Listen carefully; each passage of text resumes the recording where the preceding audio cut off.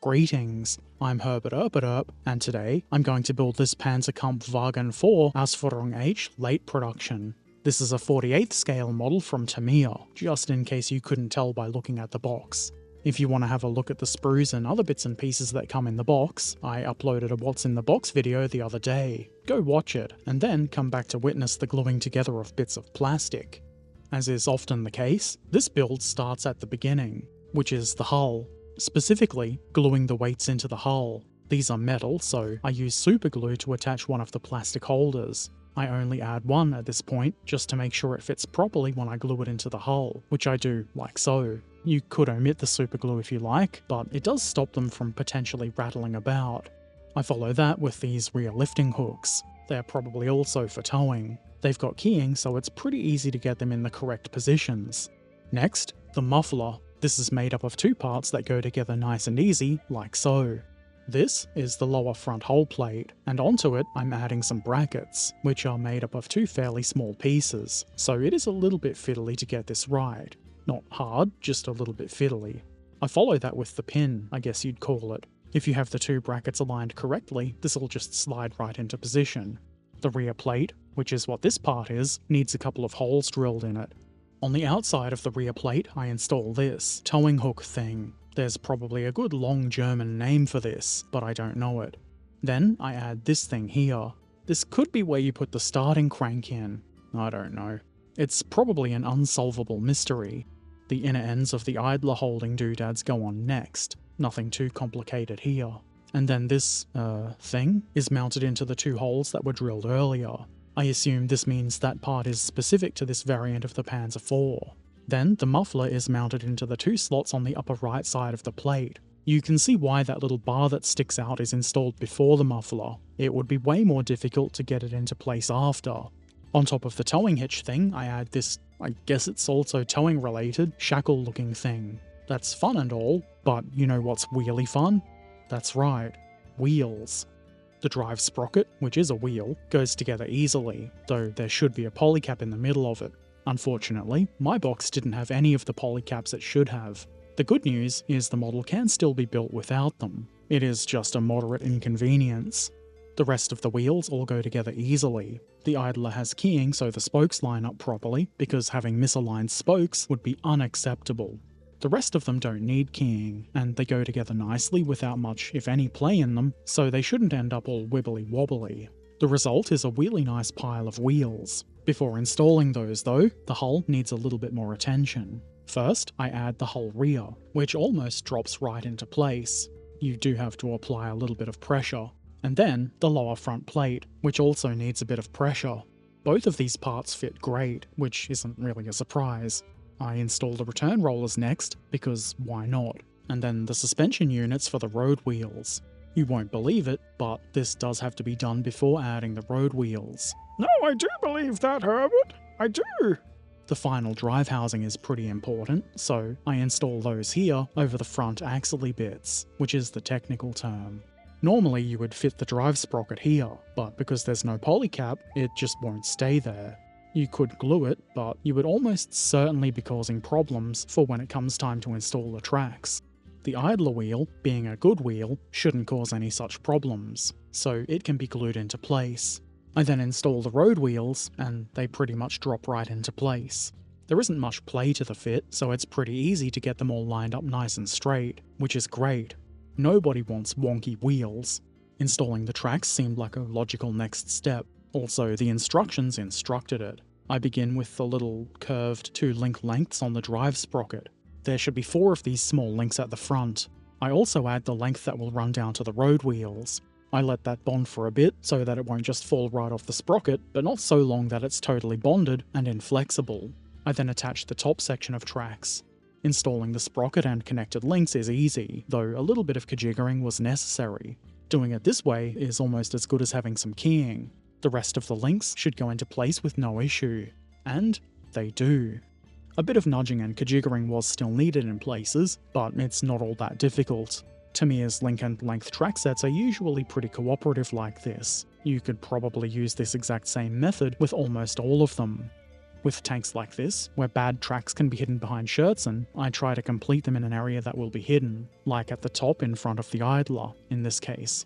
If for whatever reason the links won't go together properly, the schurtzen will probably hide it.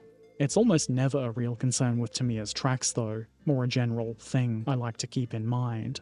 Anyway, the tracks are done, so how about some more drilling? This upper rear plate needs a couple of holes in it, and if you have a drill, this is easily accomplished. Slightly more annoying to accomplish is cutting slots into the hull top for some of the schurtzen brackets to mount into. It's not really difficult, more like a minor inconvenience, which, as we all know, is the worst kind of inconvenience. The guides on the inside of the part are quite helpful. This thing, which I assume is a mount for probably a fire extinguisher, gets trimmed off the engine deck. Another very minor inconvenience. These rear mudguard parts also needed schurtzen slots cut into them, just the same as the hull. Next, these whatever you'd call them go on the underside of the engine deck like so. As long as you've got the correct part around the right way, you shouldn't have too much trouble with these. And then, the upper rear plate. It seems like this should go on after the previous two parts. At least if you want it to be easy. I follow that with the rear sections of the guards, which is technically a mistake. The correct way to do this is to add this plate thing onto the guard before installing it on the hull, like this. I noticed this horrible mistake after installing the first guard. It isn't really a huge problem, at least not at this point. You can just glue the plate into place after installing the guard. It's just a little bit more fiddly to do so. Herbert Erpaderp makes the mistakes, so you don't have to. Next, some spare track links can be attached to the whole rear. On the engine deck, I add this box, which I'm sure is for storing small amounts of sauerkraut, probably for mechanics to snack on. Headlamps are nice. This one is made up of two parts that need to be glued together. Simple stuff, really. This pair of towing clevises also need to be glued together. It's not difficult to do, though do be sure they're not pressed together too closely at the top. The upper frontal plate needs an armoured cover for the driver's vision slot, so I glue that into place. Why not install that onto the hull? You will probably need to apply a small amount of pressure, but it does fit quite nicely, which I guess is a bit redundant to say with a Tamiya kit like this, but I'm saying it anyway, you can't stop me.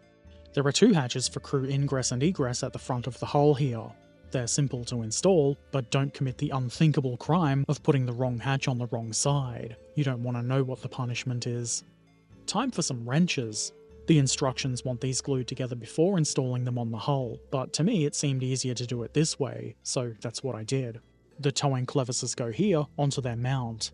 An afterthought here was that it might have been easier to put these on after the fire extinguisher and headlamp. The headlamp is installed next. You may have to kajigger this a bit so that it faces forward and is not leaning to one side.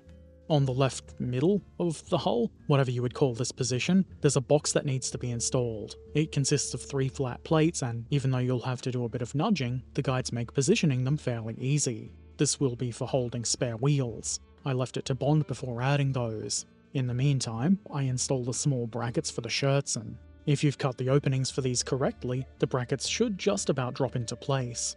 Don't actually drop them, you'll probably lose them to the carpet monster. The fire extinguisher goes on next. You can see I had to use tweezers to get it into place between the other parts. Not that it's a real problem, it could have just been easier if the fire extinguisher went on first. On the right front guard, I install an axe.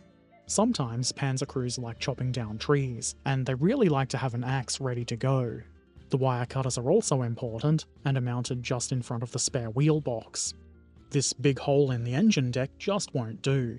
The appropriate way to fill this is with a hatch. Easy. Same thing at the front of the hull. You can see in the bottom of the opening here there's a screw hole. The engine deck had one of these too. I would assume this means the hull top is also part of a kit with a die-cast hull, and those often include screws. You would never know with this plate over the opening though, it's such a good fit. A gun cleaning kit goes into place here, on the left rear side of the engine deck. As always, a little nudging may be required. Just behind that, what I think is an antenna mount. There's a little square moulded in the hull that you should aim to glue this into the centre of. Now seems as good a time as any to connect the upper and lower hull assemblies. The instructions seem to have wanted this done a little bit earlier than I've done, but as you know, I'm a rebel. These two assemblies go together very nicely. With this being a Tamiya kit, it's not surprising, but it is still worth mentioning.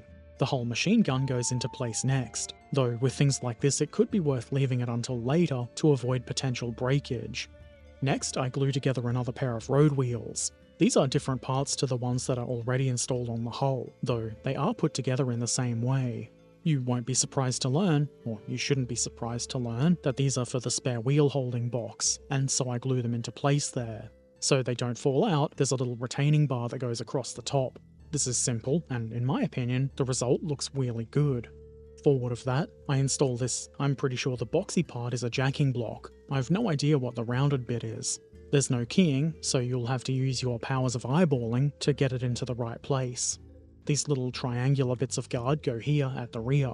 It is a bit difficult to get into this area, so that does make it a little bit more tricky to do. It did take a fair bit of kajiggering, but eventually they are in place and looking good. I assume this is a convoy light, which goes on the left rear here. This is another tweezer job, at least if you want it to be an easy job. And then, this towing cable goes here. I did have a little bit of trouble figuring out which way this should go up until I looked at it properly. Should look like gravity is acting on some of the cable. On the right rear side of the engine deck, I install a shovel, perfect for the Panzer IV crew member who loves digging holes, Hans. Forward of that, I add some more spare track links. This is a nice big section of them, and it almost drops right into place unassisted. You do have to assist it though. At the front here, I install this bracket. I'm not quite sure what this is for, other than bracket stuff, I guess. A lot of tanks have jacks, and this Panzer IV is no exception. The jack is composed of a couple of pieces that are fairly easy to put together, though they are small, which automatically makes them a bit fiddly. But as far as jacks go, this one is pretty easy to assemble. While the jack is bonding, I install this bar on the right rear guard. Something joke about crows getting drunk. Ah, you're so funny, Herbert. The jack goes into place just forward of the spare track links. It's mounted with the handle on the inside facing the hull. Now it's time to install the schurtzen brackets, the larger ones on the upper hull, that is. You will probably have to do a fair bit of nudging and eyeballing to ensure they're on as straight and neatly as you can get them.